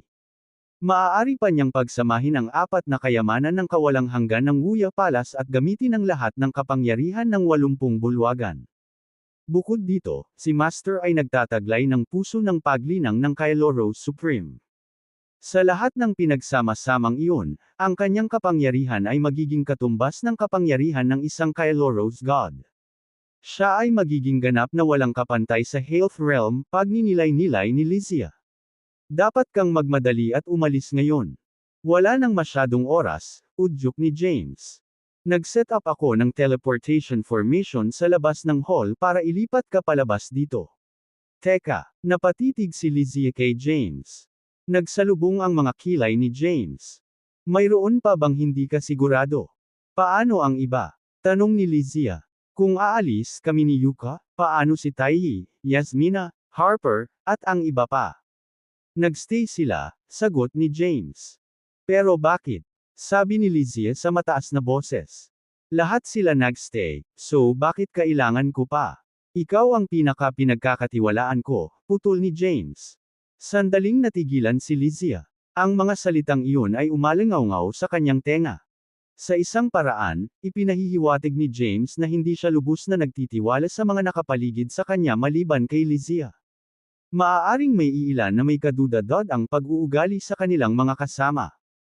Kung sakaling magkatotoo ang kanyang mga hinala, sa kalaunan ay mapipilitin si James na harapin ang kanyang kaaway habang kailangang mag-isa sa pagbabantay sa mga taksil. Master, lahat sila ay tumulong noong ikaw ay nagdurusa sa demonisasyon, panimula ni Lizzie. Si Morgoth ay kasama ng US sa iba't ibang mga paghihirap at mga hadlang, putol ni James. Gayunpaman, hindi ko siya pinayagang sumama. Sigurado akong masasabi mo kung bakit ko nagawa ang desisyong iyon. Nanlaki ang mga mata ni Lizzie. Sinasabi mo bang isa si Morgoth sa dalawang bisita? To be precise, siya sinihilos, sabi ni James. Pumikit si Lizzie. Alam niya na si Morgoth ay sinihilos. Alam na niya ito mula sa unang pagtitig nito sa kanya. Gayunpaman, hindi niya sinabi kay James ang tungkol sa tunay na pagkakakilanlan ni Morgoth. Hindi maiwasan ni Lizzie na magtaka kung paano ito nalaman ni James. Sige, napabuntong hininga si James. Lizzie, oras na para umalis ka. Binuksan ni Lizzie ang kanyang mga mata at itinuon ang tingin kay James. Bigyan mo ako ng yakap. Sumili ang ngiti sa mukha ni James. Iniabot niya ang kanyang mga braso. Tumakbo si Lizzie papunta kay James at niyakap ito ng mahigpit. Nang may sasabihin pa sana siya, naramdaman ni Lizzie na parang patpat ang nakalagay sa kamay niya. Don't say anything, bulong ni James sa tabi ng tenga niya. Kunin mo ito. Hindi mo masasabi kahit kanino ang tungkol dito dahil ang Destiny Sect ang nakataya. Kapag lumala na, ito ang magiging leverage na magagamit natin para masiguro ang kaligtasan ng lahat ng buhay na nilalang at bahagyang nanginginig ang kamay ng Great Historical Land Lizzie. Inilagay niya ang item sa isang ligtas na espasyo. Nangingilid ang mga luha sa kanyang pisngi habang kumukurap. Ipinagkatiwala ni James kay Lizzie. Mga gawain na maaaring magpasya sa kanyang kapalaran mula rito. Iyon ang unang pagkakataong napagtanto ni Lizzie kung gaano kalaki ang tiwala ni James sa kanya at ang dami ng responsibilidad na nasa kanyang mga balikat. Alright, you should let go now. Magagalit ang asawa ko kapag niyakap mo ako ng ganoon katagal, pabirong sabi ni James at hinayla ang sarili. Pagkatapos, pinalabas niya si Yuka. Master, bakit mo ako ikinulong? Reklamo ni Yuka. Anong ginawa mo? To talk about behind my back. James beamed at her. Mula ngayon, kailangan mong makinig kay Lizzie. Pagdating ng panahon, ibabalik kita muli sa iyong Panginoon bago pa makasagot si Yuka. Pinahiran siya ni Lizzie ng isang layer ng purplish gold light sa kanya. Matapos ang huling sulyap kay James, isinama ni Lizzie si Yuka habang siya ay lumipad palabas ng bulwagan. Isang maliwanag na ilaw ang sumilaw sa labas ng bulwagan makalipas ang ilang sandali. Huminga ng malalim si James. Nang malayo sina Lizzie at Yuka, hindi na kinailangan ni James na mag-alala tungkol sa kanilang kaligtasan. Maaari na siyang tumutok sa pagsasama-sama ng apat na kayamanan ng kawalang saysay at pagpapabuti ng kanyang kapangyarihan. Nakaupo si James habang lumulutang sa hangin. Pumikit siya at tahimik na binibigkas ang mga awit. Unti-unting lumabas sa katawan ni James ang tatlong treasures of nothingness, sunod-sunod. Ang Wuya Demon Slayer Sword, ang Nothingness Neon Pen, at ang Zirconia Path Scroll ay dahan-daang umikot, na iimpluwensyahan ng itim, puti, at purplish gintong enerhiya na nagmumula sa katawan ni James. Whoosh! Whoosh! Whoosh! Ang Waltraud power na nakapaloob sa bawat kayamanan ng kawalang hanggan ay patuloy na dumadaloy patungo kay James sa napakaraming dami. Sa kalaunan, nabalot si James ng makapal na suson ng gas. Kasabay nito, isang dambuhalang porma sayo na binubuo ng napakalaking halaga ng mahahalagang enerhiya na nabuo sa paligid ng bulwagan. Sinusunod ni James ang tatlong primordial spirits. Ang bawat primordial spirit ay pumasok sa isang kayamanan. Dati, ang Wuya Demon Slayer Sword ay pinaghiwalay sa 9 na bahagi. Minsan din itong tinitirhan ng diwa ng kaluluwa ng Waitara Path. Dahil dito, walang sword spirit ang makikita sa loob ng Wuya Demon Slayer sword, na ginagawang imposible para sa kapangyarihan ng sword na ganap na mailabas. Sa makatuwid, inilagay ni James ang isa sa kanyang primordial spirit sa loob ng Wuya Demon Slayer sword upang kumilos bilang sword spirit nito. Makakatulong ito kay James na magkaroon ng ganap na kontrol sa espada. Sa kabilang banda, nagulat ang isa pang primordial spirits ni James nang pumasok siya sa Nothingness Neon Pen. Madilim at nakakatakot na tahimik sa loob ng Nothingness Neon Pen. Naramdaman ng primordial spirit na parang nakatayo siya sa gitna ng black hole. Nang ihagis ng primordial spirit ni James ang Hadoufen energy sa isang tiyak na direksyon, ang enerhiya ay tila nawawala at nawala kaagad pagkatapos. Paano ko makokontrol ang malawak na espasyong ito? Biglang nagsalubong ang kulog sa espasyo sa itaas ng primordial spirit. Isang napakaraming Waltraud power ang naghugas sa primordial spirit ni James sa susunod na sandali. Ang primordial spirit ay nagpakawala ng naghihirap na sigaw habang siya ay paralisado sa nakapilang sakit. Pati ang tunay na James ay nadamay, nakangiwi at namimilipit sa sakit sa labas ng Nothingness Neon Pen. Noon lang, may lumitaw na babae sa di kalayuan at bumaril sa Nothingness Neon Pen. Sa tulong niya, ang Waltraud power na nakakapit sa primordial spirit ni James ay unti-unting natangay ng malakas na hangin. Magandang ideya ang paggamit ng iyong primordial spirits bilang kapalit ng mga espiritu ng kayamanang ito, sabi niya. Gayunpaman, pinakamahusay na patayin mo muna ang umiiral na espiritu. Hindi ka ba sumasang-ayon? Kung hindi, paano ka magkakaroon ng ganap na kontrol sa kayamanang tinanong ng primordial spirit ni James, saan ko mahahanap ang umiiral na espiritu? Itinaas ng ginang ang kanyang kamay at humawak sa hangin. Dahan-dahan, ang anyong tulad ng tao ay lumitaw mula sa masa ng Waltraud power na natangay kanina. Buong lakas na nagpupumiglas ang anyo, umuungol at sumisitsit ng may pananakot. James's primordial spirit exclaimed, I can sense, a familiar attire from that thing you're right, tumango ang ginang. Ito ay isa sa mga espiritu ni Wait Ara. Pagkatapos ang nilalaman ay nasa envelxo.com. Naniniwala ako na may isa pa sa Zirconia Path Sorrow. Pwede ba natin itong patayin? Tanong ng primordial spirit ni James. Of course, sagot ng ginang sabay buntong hininga. Naghihintay ito sa US na patayin ito para makabalik ito sa diwa ng kaluluwa ng Wait Ara Path at makadagdag sa kanyang kapangyarihan. Napatingin ang primordial spirit ni James sa ginang na nanlalaki ang mga mata. Frona, bakit hindi mo ito sinabi sa akin kanina? Ngayon ko lang naisip, sagot ni Frona na may bahagyang awkward na ekspresyon. Maaari lang akong magbahagi ng impormasyon sa iyo kung alam ko ito ng maaga. Napangiti ang primordial spirit ni James, hindi inaasahan ang sagot na iyon. Tanong niya, kung hindi ko ito papatayin. Kung gayon hindi mo ganap na makokontrol ang Nothingness Neon Pen, agad na sagot ni Frona. Natural, hindi mo rin magagamit ang lahat ng kapangyarihan nito. Ngumuso ang primordial spirit ni James. Si Wait Ara siguro ang nagplano nito. Talagang tuso at calculative siya. Patayin mo na lang, napabuntong hininga si Frona. Ang pagpapalim nito ay maaaring magdulot ng mas maraming problema sa US sa hinaharap. Mag-aaksaya ka rin ng mahalagang kasangkapan. Nag-transform ang primordial spirit ni James sa isang magaan na espada at bumaril patungo sa diwa ng Wait Ara Path. Sa malakas na pag-boom, tinusok at winasak ng magaan na espada ang espiritu, na mabilis na napalitan ng isang masa ng Waltraud power. Ang masa ng Waltraud power ay umalis sa Nothingness Neon Pen at tumakas mula sa bulwagan kung saan si James ay mabilis hanggat maaari. Ang isang katulad na sitwasyon ay naganap sa loob ng Zirconia Path Scroll, at ang espiritu ay naalis din.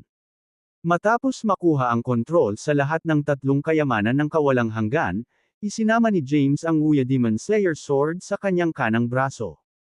Pagkatapos ay isinama niya ang Nothingness Neon Pen sa kanyang kaliwang binti at ang Zirconia Path Scroll sa kanyang dibdib. Bilang karagdagan sa mga kapangyarihan ng Historial Pestle, taglay na ngayon ni James ang lahat ng kapangyarihan ng Four Treasures of Nothingness. Higit pa rito, ang kanyang limitless body ay na-enhance mula sa level 2 hanggang sa level 5. Mula sa kanyang panlabas na anyo, hindi masasabi ng iba na si James ay isang superior cultivator. Gayunpaman, nang itinaas ni James ang kanyang kamay, naglabas siya ng isang wave ng vital energy na agad na tumakas mula sa formation. Binago ng mahalagang enerhiya ang hitsura ng 20 bulwagan sa likod ng palasyo ng Wuya at ang 10 bulwagan sa magkabilang panig ng palasyo ng Wuya. Habang nasisiyahan si James sa tanawin sa kanyang harapan, narinig niya ang pagtawa ni Hemeres sa kanyang ulo. Master, nakakatuwa. Nakaka-interes ang scroll na ito. Tigilan mo nga ako. Gusto kong tumayo sa parisukat na ito, sumunod ang boses ni Fennec. Sinusuri ang kanyang kaluluwa, nalaman ni James na sina Hemera at Fennec ay tumatalon sa Zirconia Path Scroll. Ang mga parisukat na ipinakita sa balumbon ay kumikinang na may magagandang ilaw. Ipinaalala nito kay James ang isa sa kanyang pinakamahusay na kakayahan sa pagpirma, ang porma sayon na siya mismo ang lumikha.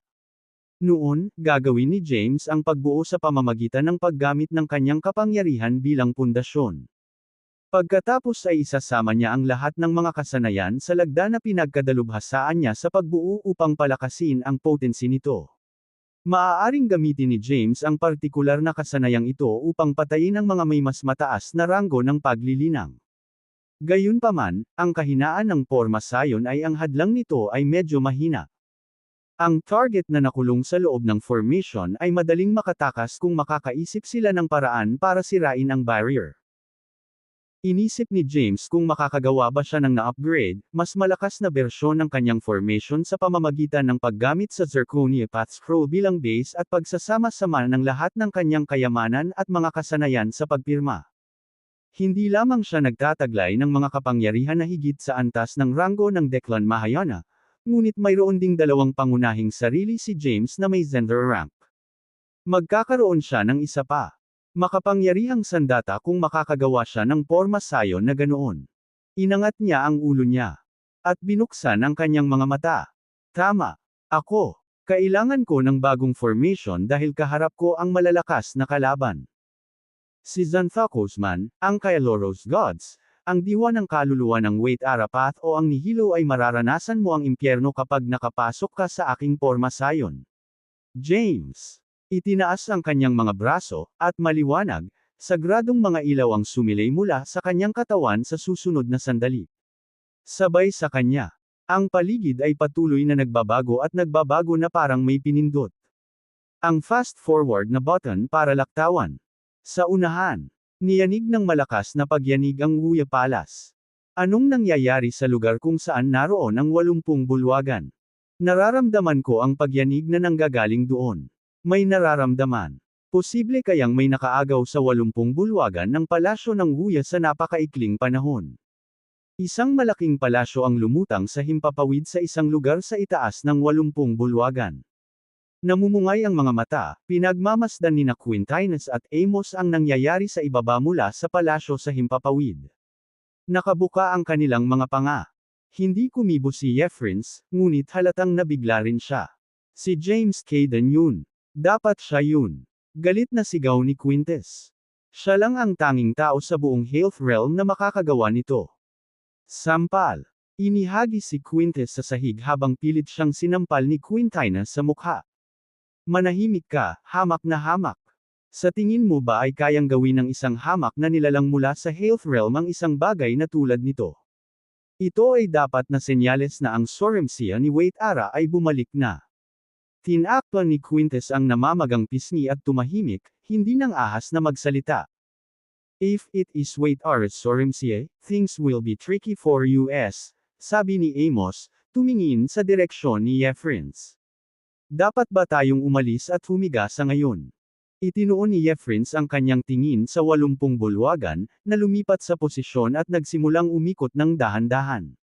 Isang napakalaking halaga ng Waltraud power ang nagmula sa mga bulwagan. Nakaramdam siya ng matinding takot. Nais ni Jeffrins na ito ay ang Sorumsia ni Wait Ara. Kung si James sa halip, kailangan nilang ihanda ang kanilang mga sarili para sa isang mabangis, madugong labanan sa lalong madaling panahon. Jeffrins. Nagsalubong ang kilay ni Quintinus. Dapat ba akong pumunta doon para tingnan kung ano ang nangyayari? We are staying here, Sagot ni Jeffrins. Hindi namin ma-access ang dojo ni Wait Ara, ang Historical Palace. Gayunpaman, ang Taiji Mountains at Tapia Mountains sa likod ng US ay magsisilbing mga estratehikong lokasyon kung magdedesisyon tayo na atakihin o ipagtanggol ang ating mga sarili sa susunod. Habang sina Quintinus at Amos ay huminto sa pag-iisip, si Quintus ay nagmamadaling tumayo, nagmamadaling pumunta sa gilid ni Jeffrins, at may ibinulong sa kanyang tainga. Biglang, itim, puti, at purplish gold na mga ilaw ang sumilay mula sa mabilis na umiikot na 80 bulwagan. Ang lahat ng mga bulwagan ay tumaas sa hangin ng sabay-sabay, na nagpapadala ng malakas na agos ng hangin palabas habang sila ay umakyat. Kasabay nito, dumagundong ang kulog bilang iba't ibang enerhiya na maaaring pamunit sa halos anumang bagay na umiikot sa lugar sa ilalim ng impluwensya ng Waltraud Power. Maging ang Historical Palace, kung saan naroon ang tatlong Kailoros gods at Quintus, ay nagsimulang manginig ng marahas. Ang 80 bulwagan ay malapit nang bumangga sa atin. Sigaw ni Amos. Jeffrins, sasalakay ba tayo o Otres? You need to tell us now we're going to fight of course.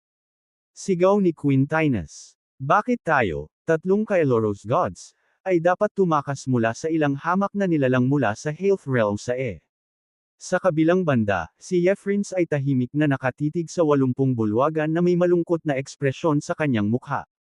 Sa tabi niya, si Quintus ay nanginginig sa takot. Basahin.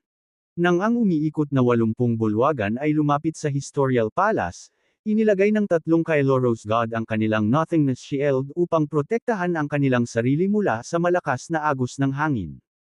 Si Quintus ay nakayuko lamang sa likod ni Jeffrins upang humingi ng proteksyon. Ang mabagsik na agos ng hangin ay dumaan sa tatlong Kailoros gods at sumugod patungo sa Historical Palace sa likod nila. Sa sandaling iyon, ang maliwanag na Waltraud light ay sumikat mula sa Historical Palace. Bumangga ang nakakasilaw na mga ilaw sa malakas na agos ng hangin. Boom! Boom! Boom! Ang mga alon ng mapanirang enerhiya ay dumaan sa tatlong Kailoros gods at Quintus halos kaagad. Sa loob ng ilang segundo, ang Nothingness Shields na nabuo ng mga Kailoros gods ay nabasag at nawasak. Kinuha ng mga Kailoros gods si Quintus at mabilis na bumaril sa hangin, lumalayo sa agos ng hangin at Waltraud lights. Umuwi sa Tapia Mountains. Pagkatapos sumigaw ng utos, kinuha ni Jeffrins si Quintus at naging isang sinag ng liwanag, naglalakbay patungo sa isang bundok na matatagpuan malayo sa likod ng Historical Palace. Damn it! Nagmura si Quintinus, kung hindi dahil sa pinipigilan ang kapangyarihan ko, madali kong madudurog ang mga hanggal na bulwagan na ito at maging ang buong Health Realm. Fair na. Hinawakan siya ni Amos sa braso. Nag-transform silang dalawa sa mga sinag ng Nothingness Light at hinabol si Jeffrins. Sa sandaling iyon, isa pang napakalaking pagsabog ang sumabog sa gitna ng mga banggaan ng agos ng hangin at ng Waltraud Light, na yumanig sa bakuran ng Wuya Palace. Boom! Boom! Boom! Ang Waltraud Light na nagmumula sa Historical Palace ay unti-unting nadaig ang daloy ng hangin na nabuo ng 80 bulwagan. Sa kalaunan, pinawi pa ng liwanag ang 80 bulwagan na iyon. Lahat ng mga gusali ay nawasak sa lupa. Ang Waltraud Light na nakapalibot sa Historical Palace ay lumabo at naglaho makalipas ang ilang minuto. Naging payapa na naman ang paligid na parang walang nangyari. Gayunpaman, isang kakaiba, mababang ugong ang nagmula sa isang malaking umiikot na compass, kung saan nakatayo ang 80 bulwagan kanina. Di nagtagal, isang napakalaking X-Wom chessboard na kumikinang na may magagandang, sagradong mga ilaw ang lumitaw mula sa lugar na iyon. Isang gwapong lalaki na nakaitim na robo ang nakaupong naka-cross-legged sa gitna ng chessboard. Si James iyon. Habang hinahampas ng malakas na hangin ang kanyang mahabang buhok, dahan-daang iminulat ni James ang kanyang mga mata. Dalawang sinag ng itim at puting liwanag ang bumungad sa kanyang mga mata at nagtungo sa pinto ng Historical Palace na nakasara ng mahigpit. Pumalakpak! Pumalakpak! Pumalakpak! Pagkatapos ng serye ng mga nakamute na hampas, ang Historical Palace ay naglabas muli ng napakaraming Waltraud Light. Nakakapagtaka, ang Waltraud Light ay naabsorb sa katawan ni James at sa X-Wom chessboard sa ibaba niya ng makipag-ugnayan. Ito ay tila gumawa ng mga ilaw na nagmumula kay James at sa chessboard na lumaki ng husto. Itinaas ni James ang kanyang mga kamay at naghulog ng maraming sword lights at pestle lights sa direksyon ng Historial Palace. Kapansin-pansing tumindi ang Waltraud light mula sa Historial Palace bilang tugon sa mga pag-atake ni James. Gayunpaman, ang mga ilaw na ito ay mabilis na nasisipsip sa katawan ni James at sa X-Wing chessboard. Nagplano si James na lumikha ng isang bago, makapangyarihang porma sayon. Para magawa iyon, kailangan niyang sumipsip ng napakalaking lakas para pinuhin ang kapangyarihan ng X-Wing chessboard at ang Zirconia Path Scroll. Ang dalawang bagay na iyon ang magiging pundasyon ng bagong porma sayon ni James. Ang 80 bulwagan ng palasyo ng Wuya, na kinokontrol niya, ay hindi nagdala ng lakas na kailangan ni James. Sa kabaligtaran, ang Historial Palace, na siyang dojo ni Wait Ara, ay nagtataglay ng pamantayan na hinahanap ni James. Ito ang lugar na naglalaman ng lahat ng path powers na umiral noong panahon ng Wait Ara Path. Gayun din, ang lahat ng path cauldrons na nauugnay sa 49 na Taoisms of Nothingness ay matatagpuan doon. Ang lahat ng kapangyarihang iyon na pinagsama ay maaaring katumbas ng halos isang kapangyarihan ng Kylo Rose God at malamang na higit pa. Nagpatuloy si James sa pagsabog ng katulad. Pag-atake sa termakasaysayang palasyo na siya namang naglabas ng higit pa at higit pa nito. Kapangyarihan. Gayunpaman, ang lahat ng kapangyarihan ay sinipsip sa X-Wing chessboard. Sa lalong madaling panahon, ang X-Wing chessboard ay ganap na na-charge ng kapangyarihan. Ang mga linya sa chessboard ay kumikinang ng maliwanag, na bumubuo ng maramihang magkaparehong laki, may kantab na mga parisukat. Ang bawat intersection ng mga linya ay may maliwanag na bituin na nakalagay sa ibabaw nito. Ang lahat ng ito ay nagbigay sa chessboard ng isang malakas na aura. Pagkatapos, ginawa ni James ang Zirconia Path Scroll, na lumawak at nagpahaba upang palibutan ang X-War chessboard. Ang scroll ay bumuo ng isang pader ng itim, puti, at purplish gold na enerhiya sa paligid ng chessboard. Inulit ni James ang proseso para mapahusay ang Zirconia Path Scrolls. Kapangyarihan at palakasin ang lakas ng hadlang ng kanyang porma sayon. Nang halos mapuno ang kapangyarihan ng Zirconia Path Scroll ng isang malakas na voice cam mula sa loob ng Historial Palace. Ang bastos mong brute. How dare you show the Supreme Path such disrespect? Ito ay hindi katanggap-tanggap. Tumingin si James sa direksyon ng boses at nakita niya ang isang parang tao na nakatayo sa bubong ng Historial Palace. Unti-unting naging malinaw ang itsura ng tao. Isa itong lalaking nasa katanghaliang gulang na may pulang buhok, nakasuot ng itim at puting damit. Ipinakita ng lalaki ang aura ng isang walang katulad, hindi pangkaraniwang magsasaka, na nagmumula sa napakalaking halaga ng Waltraud power. Kakaiba, nakatayo lang siya roon, hindi sinusubukang atakihin si James. Ako ba kinakausap mo? Tanong ni James. Ngumuso ang medyo may edad na, may iba pa ba rito maliban sa iyo? Nagkibit balikat si James. Sino ka? It's si Zabinek Zochias, ang kaliwang tagapagtanggol na nagsisilbi sa Supreme Path. Sigaw ng lalaki. Maaari kang gumamit ng anumang kakayahan o paraan na kailangan mong makapasok kung balak mong makuha ang mga kayamanan sa loob ng Historial Palace. Hindi ka namin pipigilan sa pagpasok kung magtagumpay ka. Sa kabaligtaran, dapat kang sumuko at umalis kung nabigo kang makahanap ng paraan. Nakakahiya na gumamit ng murang panlilinlang na tulad nito para nakawin ang kapangyarihan ng Historial Palace. Nanunuya si James, Mister, ano bang problema kung humiram ako ng ilang kapangyarihan na naiwan ni Wait Ara? Hindi naman sa may ninanakaw ako sa iyo o sa lugar. Bakit ka nagkakagulo tungkol dito? Napabalikwas si Zabinek nang marinig ang mga salitang iyon. Ibinaba niya ang espada sa kanyang kamay, nagpadala ng ilang putok ng Waltraud power sa direksyon ni James. Sa kanyang pagkataranta, ang lahat ng Waltraud power ay agad na hinigup ng Zirconia Path Scroll bago pa man sila makalapit kay James. Sumiklab ang galit ni Zabinek. Maglulunsad na sana siya ng ikalawang round ng pag-atake nang lumitaw ang isa pang parang tao sa malapit at pinigilan siya. Left Protector, huwag mo nang pakialaman ang mga panunuya ng lalaking iyon. Sinusubukan niyang i-provoke ka sa pag-atake sa kanya para makuha niya ang Waltraud powers mo, sabi ng boses ng babae. Makalipas ang ilang segundo, nag-assume ito ng hitsura ng isang magandang ginang. Ibinaling ni Zebinek ang kanyang tingin sa ginang at bamulong, Lilibeth, walang hiya ang lalaking iyon. Siya, huminahon ka. Si Lilibeth Zotchies ay napako ang tingin kay James. Hindi tayo makakaalis sa palasyo, at tutulungan lang natin siya kung atakihin natin siya mula rito. Gayunpaman, siya ay isang pinili. Hindi may iwasang makapasok siya sa palasyo balang araw. Kapag dumating ang oras na iyon, ito na ang huling araw niya. Tama ka. Sinama ng tingin ni Zebinek si James. Come in if you dare, you brute. Hinding-hindi ako papayag na ang isang taong tulad mo ay maging pinakamataas na landas na si James ay nagpakawala ng mahinang buntong hininga pagkatapos ay itinaas ang kanyang palad at naghagis ng ilang putok ng Hadoufen energy patungo sa Historial Palaces. Pintuan sa harap.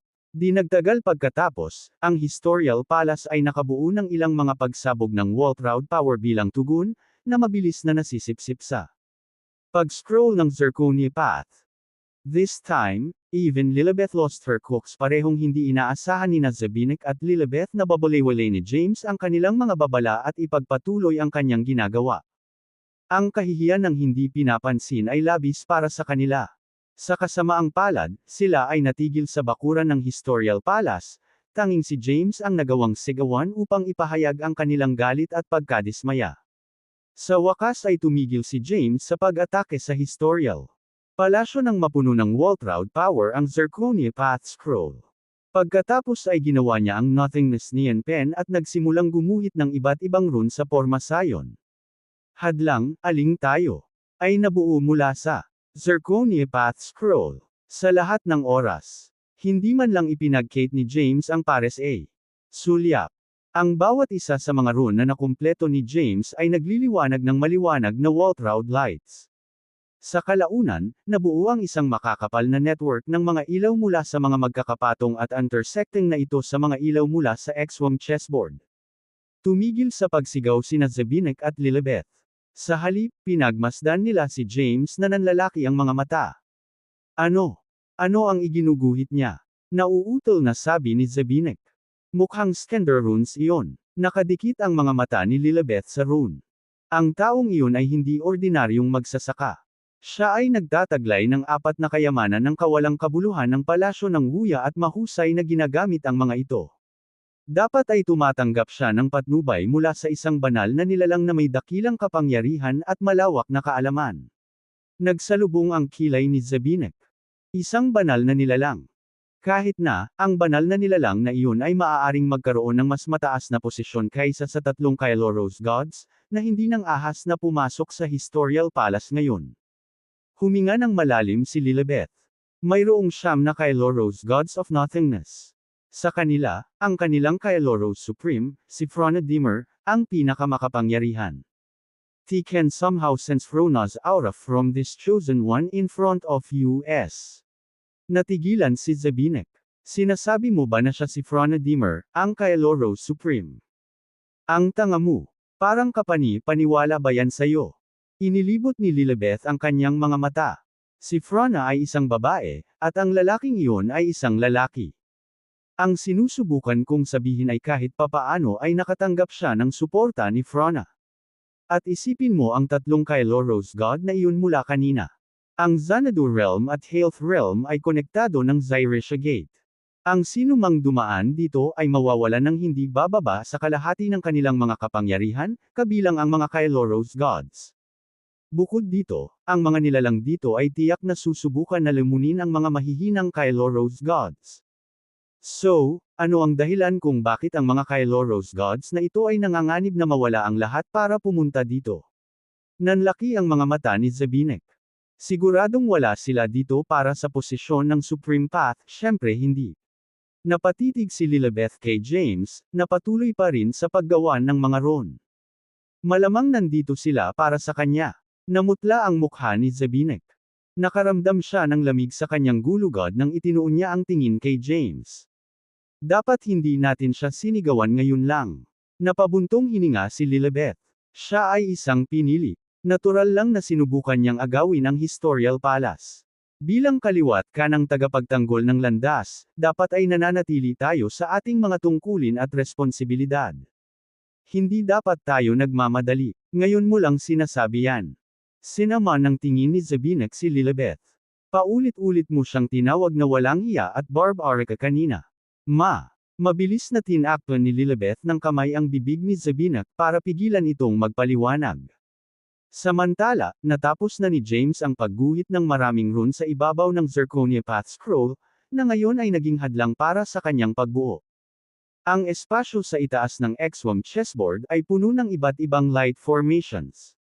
Mula sa malayo, ito ay tila isang makinis at meticulously built spiderweb na nakasabit sa espasyong iyon. Sa wakas tapos na. Lumipad si James sa kanyang porma sayon at ngumiti ng may kasiyahan. Ang natitira ay mag-set up ng mga seal at mga paghihigpit doon. Kailangan ko ring mag-isip kung paano isasama ang kapangyarihan ni Hemera at Fennec sa porma sayon. Biglang umalangaw-ngaw ang boses ni Lilibeth. Ako, hoy! Ginugol mo lahat ng effort para lang gumawa ng formation na ganyan. Siguradong marami kang oras sa iyong mga kamay. Huminto si James. Gayunpaman, hindi niya ginawa. Tumugon. Kaya mo ba talagang mabitag ang tatlo? Kay Loros Gods na may ganyang pakopya formation. Tinanong ni Zabinek na hindi sila madali. Mga kalaban. James. Hindi na kaya ni James makita ang anumang puot sa kanilang mga boses. Dahan-dahan siyang tumalikod para harapin ang magkapareha. Anong problema? Hindi mo na ba ako sisigawan? Nagpalitan ng tingin sina Zabinek at Lilibeth. Parehong awkward ang mga mukha nilang dalawa. Take a break muna kasi medyo pagod na ako. Umupo si James sa Exwam chessboard at naglabas ng isang bote ng Chaos Absinthe, dahan-daang humigop ng alak. Si Zabinek at Lilibeth ay naiwang tulala.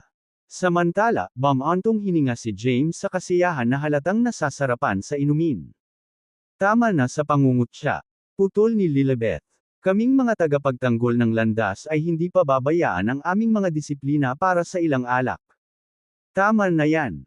Sinubukan ni Zabinek na maging matatag hanggat kaya niya. Hindi kami magiging sobrang friendly kung hindi dahil sa status mo bilang chosen one at sa gulo na kinaharap mo.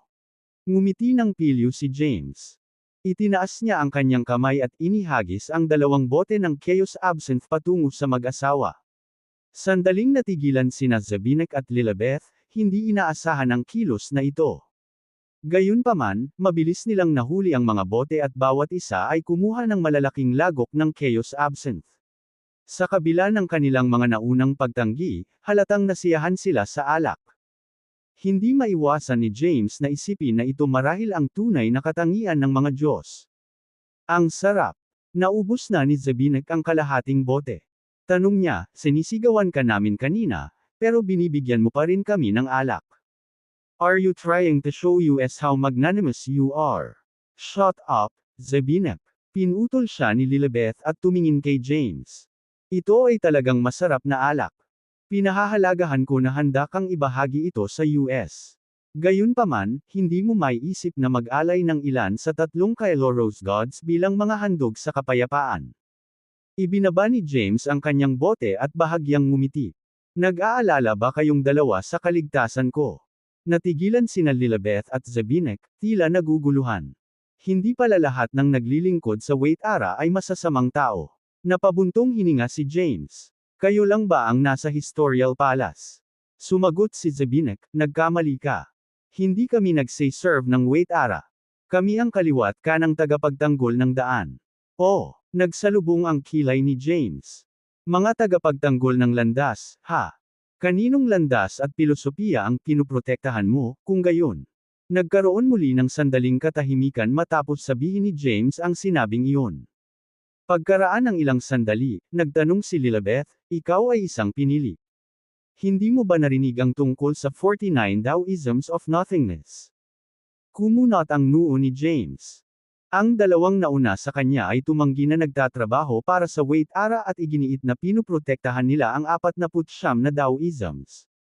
Gayunpaman, walang nakitang impormasyon si James tungkol sa kanilang pag-iral sa mga alaalang ibinahagi sa kanya ni Frona. Habang pinag-iisipan niya ang lahat ng ito, bagong impormasyon ang pumasok sa isip ni James tungkol sa dalawang tagapagtanggol na ito. Hindi sila mga nilikha ng mga Kailoros gods, ni sila ay nabuo mula sa Wuya Aura, ni sila ay mga buhay na nilalang. Matapos ang Wait Ara Path ay sumailalim sa reincarnation, ang dalawang tagapagtanggol na ito ay ipinanganak mula sa 49 na kaldero sa loob ng Historial Palace. Ang kanilang layunin ay upang matiyak na ang mga Taoism ay napanatili at sinusundan ng lahat ng mga residente ng Health Realm. Pinigilan din nila ang pagbaluktot o pagkasira ng oras, espasyo, yin-yang, at marami pang ibang bagay sa Health Realm sa kawalan ng Wait Ara Path. Ang pagpapatupad ng kontrata ng kaluluwa, halimbawa, ay pinanatili hanggang sa araw na ito dahil sa kanila. Tanging ang dalawang tagapagtanggol na ito lamang ang nagsagawa ng kanilang mga tungkulin, habang ang karamihan sa mga banal na nilalang ay naligaw ng Wait Ara at ng 500 na emperador. Ang mga nabubuhay na nilalang ay labis na nagdurusa kung ang mga tagapagtanggol na ito ay hindi napigilan ang lahat ng posibleng mga pagbaluktot at sakuna sa Health Realm. Sa mismong kadahilanang iyon, hinawakan ni James ang dalawang tagapagtanggol sa napakalaking paggalang. Itinaas niya ang kanyang bote, tahimik na nag-toast sa pares ng left and right protectors. Pagkatapos, ibinaba niya ang buong bote ng Chaos Absinthe. Pinagmasdan ni Zabinek at Lilibeth si James na medyo nagtataka ang mga tingin. Mr. Sina Zabinek at Ms. Lilibeth, dapat mong ipagpatuloy ang pagbabantay sa Historial Palace. Tumayo si James at sinabi sa bakal na boses, babalik ako na may dalang alak kapag naalis ko na ang mga taong iyon. Inihagis niya pa ang dalawang bote ng Chaos Absinthe sa direksyon nila. Mabilis na tinawag ni Lilibeth si James nang makita niya itong patungo sa kanyang porma sayon. Teka, Chosen One. Huminto si James at tumingin sa balikat niya.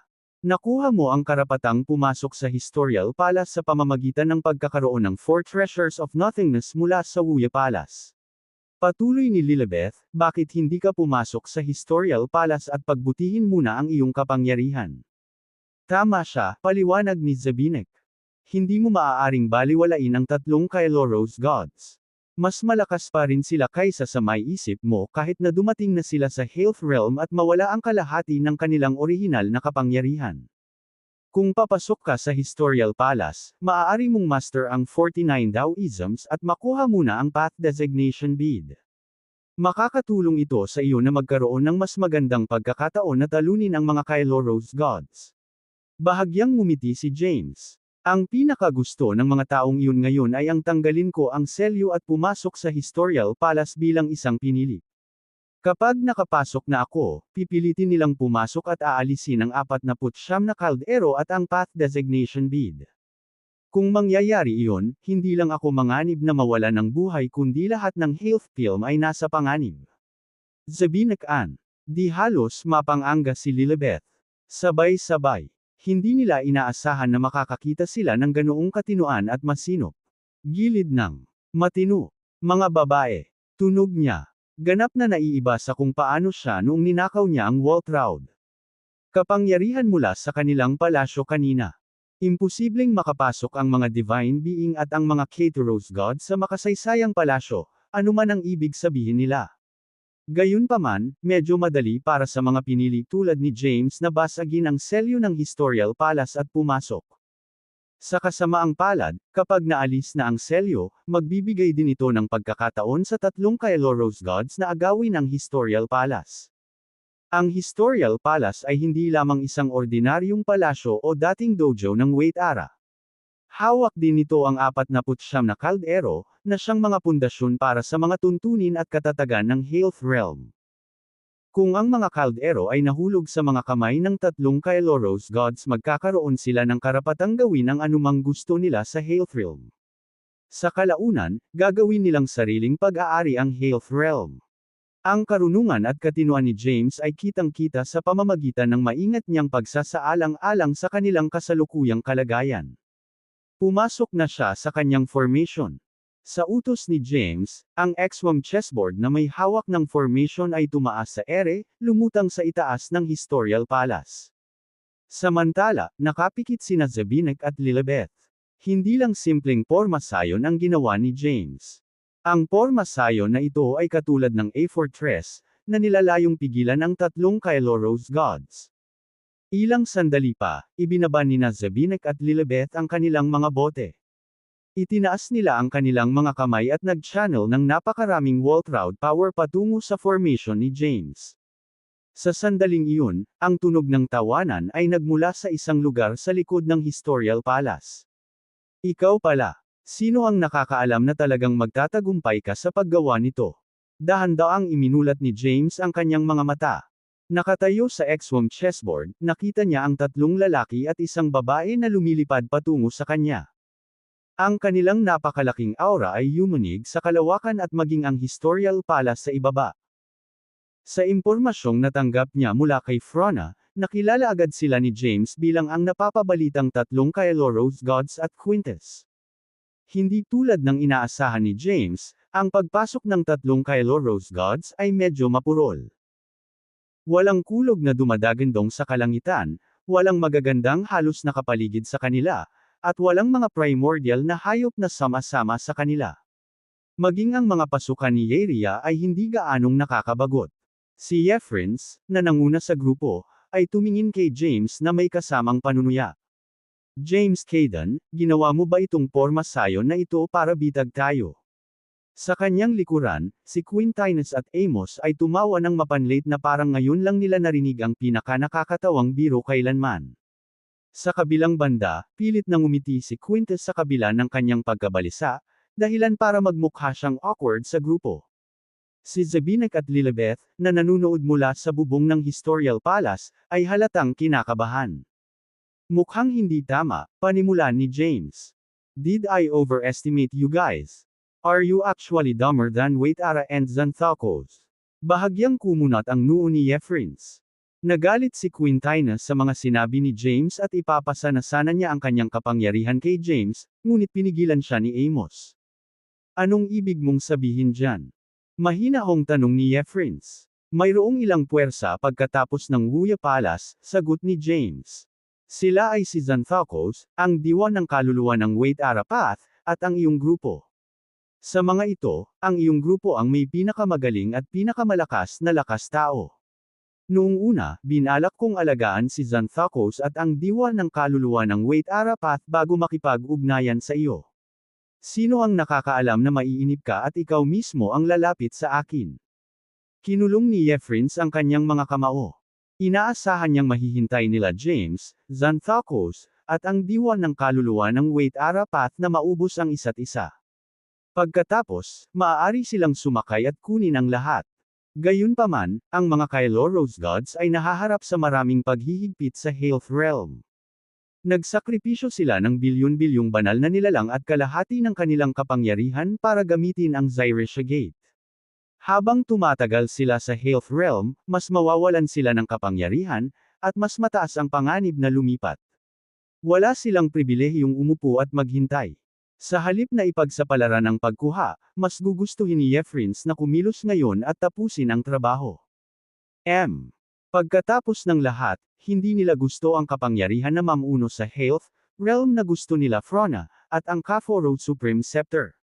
Yefrins, bakit mo kausapin ang hamak na nilalang na iyon? Sigaw ni Quintinus. Maaaring patayin siya ng 3 ng US ng isa. 2/3. Suntok at masungit na Quintinus. Sinaman siya ng tingin ni Yefrins. As a senior, paano ka naging napaka-discord sa isang taong ngayon mo lang nakilala na tahimik si Quintinus, nanlalaki ang mga mata sa hindi makapaniwala. Sa tabi niya, si Amos ay may maalalahang ekspresyon. Samantala, sinaman ng tingin ni Yefrins si James. James, mukhang masarap ang alak mo. Why don't you share it with us? Naaliw si James sa pagiging bongga ni Yefrins. Siya ay mayabang at mayabang noon pa lang, at ngayon ay sobrang palakaibigan na niya. Pagkatapos ng maikling paghinto, sumagot si James, iyon na ang huli. Ang alak na iyon ay mahalaga at mahirap makuha. Pagkatapos, gumawa si James ng isa pang bote ng Chaos Absinthe at dahan-dahan itong sinipsip. Muli namang sumabog si Quintinus, ang walang awan na bastard na iyon. Halatang kinukutya niya tayo. Ibinaling niya ang tingin kay Jeffrins. If you guys won't do it, take care of this bastard myself. Hinawakan ni Jeffrins ang braso niya nang dumaan si Quintina sa kanya para sugurin si James. Pwede kalma lang. Sigaw ni Jeffrins. Hindi naman kasi kami nagtatanim ng sama ng loob sa isa't isa. Bakit kailangan nating pahirapan ang isang inosenteng binata mula sa Health Realm? Si Quintinus, Amos, at Quintus ay nabigla sa reaksyon ni Jeffrins. Nang muli siyang humarap kay James, nakita ni Jeffrins ang pagsang-ayon sa kanyang mga mata. Tulad ng inaasahan sa pinili na may pagkilala sa Nine Kylo Gods, mayroon kang lubos na personalidad. Maaari tayong maging komportable dahil alam mong ang Health Realm ay nasa ilalim ng iyong pamamahala. Mayroong tatlong pangunahing mensahe sa mga salitang iyon. Una, pinuri ni Jeffrins si James habang ipinapakita ang kanyang kabutihang loob bilang isang Kylo God. Pangalawa, ipinahiwatig niya na hindi lang dahil kay Frona natanggap ni James ang titulo ng Chosen One. Sinang-ayunan ito ng lahat ng siyam na Kylo Gods. Kaya naman, dapat magpasalamat si James sa kanilang lahat, hindi lang kay Frona. Sa huli, nilinaw niya ang kanilang paninindigan. Sinuportahan ni Jeffrins at ng dalawa pang Kylo God si James sa pagiging Panginoon ng Health Realm. Hindi sila naparito para pigilan siya sa posisyong iyon. Napakaraming naihatid ni Jeffrins sa kakaunting sinasabi. Sa wakas ay napagtanto ni James kung bakit siya ang pangalawang pinakamaimpluwensyang sa siyam na Kylo Gods, pagkatapos ni Frona. Siguradong mayroon si Jeffrins kung ano ang kinakailangan upang hamanin si Frona para sa posisyon ng Kylo Supreme. Naningkit ang mga mata ni James. Kung gayon, maaari ko bang malaman kung bakit napunta ang tatlong Kylo God sa Health Realm? Bago pa makasagot si Jeffrins, humakbang si Amos at tumawag ng malakas, tama na ang Saturday. Ibigay mo si Frona at ang kataas-taasang setro ng Kylo. Pagkatapos, maaari mong gawin ang anumang gusto mo sa Health Realm. Tama na. Quintinus hissed. Wala kaming interes na makisali sa mga gawain ng Health Realm. Ibigay mo na lang si Frona at ang setro. Pagkatapos, aalis na tayo. Nakatitig si Jeffrins sa dalawang iyon. Hindi niya maiwasang hilingin na mabulunan niya sina Quintinus at Amos hanggang sa mamatay. Sa kanilang mga kaaway sa Health Realm, mas matalino at mas matatag si James kaysa sa Xanthocos. At wait ara. Nakita ni Jeffrins ang talento at potensyal na mayroon si James sa pamamagitan lamang ng pagtingin sa kanyang bagong binuong porma sayon. Kapag kaharap ang isang kalaban na tulad ni James, mas mabuting iwasan ang pagpapalaki ng mga bagay sa isang pisikal na laban. Sa katalinuhan ni James, malalaman niya kung ano ang mga priority niya. Kaya naman, laging magagamit ni Jeffrins ang panghihikayat para kumbinsihin si James na makipagtulungan sa kanila. Gayunpaman, sinabi ng kanyang mga kasama ang lahat bago pa man siya makapagsimula sa kanyang plano. Kumukulo sa frustration si Jeffrins sa puntong iyon. Sa kabilang banda, isang mahinang tawa ang pinakawalan ni James. Tumahol si Quintinus, Sampal. Sinampal ni Jeffrins si Quintinus sa mukha, napatigil siya sa pagsabi. Basta, Quintinus, Amos, at Quintus ay nasa estado ng pagkabigla.